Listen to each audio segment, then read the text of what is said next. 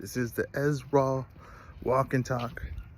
Got my co-host, as always, Atticus. And we're talking about the fight last night, O'Shaquie Foster versus Rey Vargas. And a fight that I thought was a really great performance from O'Shaquie Foster. There's a few things I want to talk about this fight. First of all, if you didn't watch it, I don't want to hear you saying there's not enough 50-50 fights in boxing, because that was a 50-50 fight. So if you didn't watch it, then you're not even watching the 50-50 fights. And I know people say boxing doesn't have enough 50-50 fights, so that's why it's hurting. It's not like the UFC where they have nothing but 50-50 fights. Well, last night was a 50-50 fight, and I guarantee that it's probably one of the lowest rated, gonna be one of the lowest rated fights on Showtime. So obviously it's not the 50-50 fights, because when we get them, we don't watch them. It's all star power. Next thing I want to talk about is the O'Shaquie Foster performance, because I thought it was a very good, very, very, very good performance.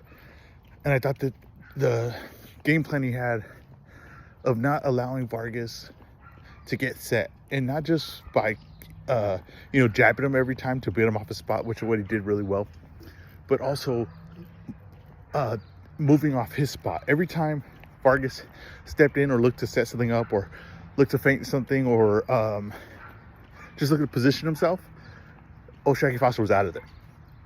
And by doing that, it really threw off Vargas' game, because Vargas could never set anything up. He could never start throwing hesitations or delays or feints. He just never could do that. And he was getting killed off the jab, so he couldn't win the jab battle.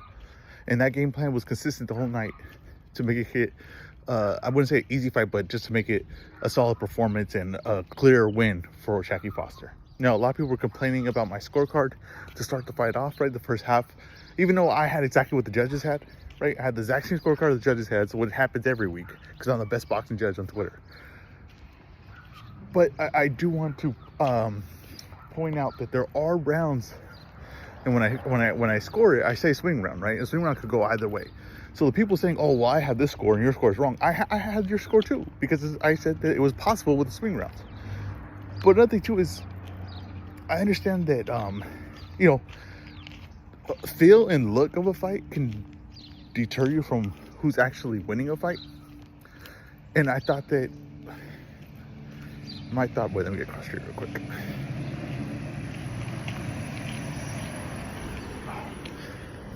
I thought, yes, O'Shaquie Foster felt in control, right? He was doing his game plan to a T. He was doing what he wanted to do. But there were parts in the early rounds where Rey Vargas was outlanding him. There were parts of the early part of the fight where Rey Vargas was outlanding him. And sometimes I'm telling you, like, it's a lot of like, well, it doesn't look this way, right? So you don't presume it that way. But really, Vargas was not getting credit for like body shots he was landing. He was not getting credit for when he was moving backwards and the shots he was countering Foster with, or the shots that he was walking Foster in. Foster in. O'Shaquie Foster, walking Foster in. And I thought that Foster was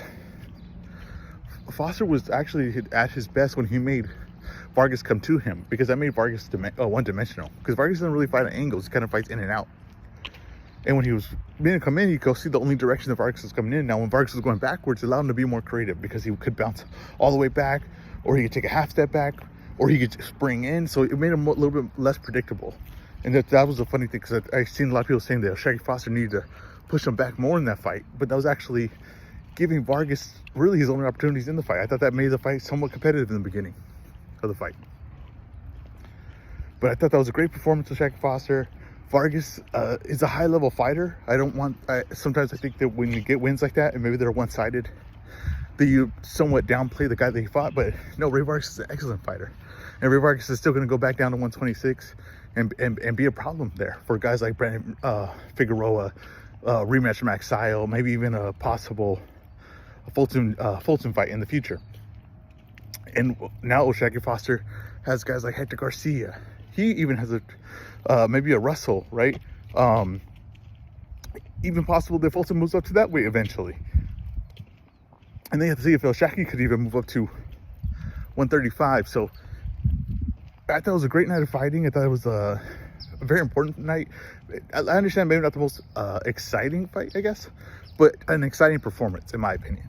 And I think that sometimes you got to take those performances and learn from them and see, see, like, fighters that are high level like that, they're not gonna always maybe give you like, oh, the most entertaining fight, but they're giving you a performance that you have to really respect. And you have to really respect Rey Vargas and how good he is to really respect how good that O'Shaquie Foster performance was. So that's my thoughts of the fight. Let me know what you think. Please like and subscribe. Ask some questions in the comments. I'll respond to them. Peace.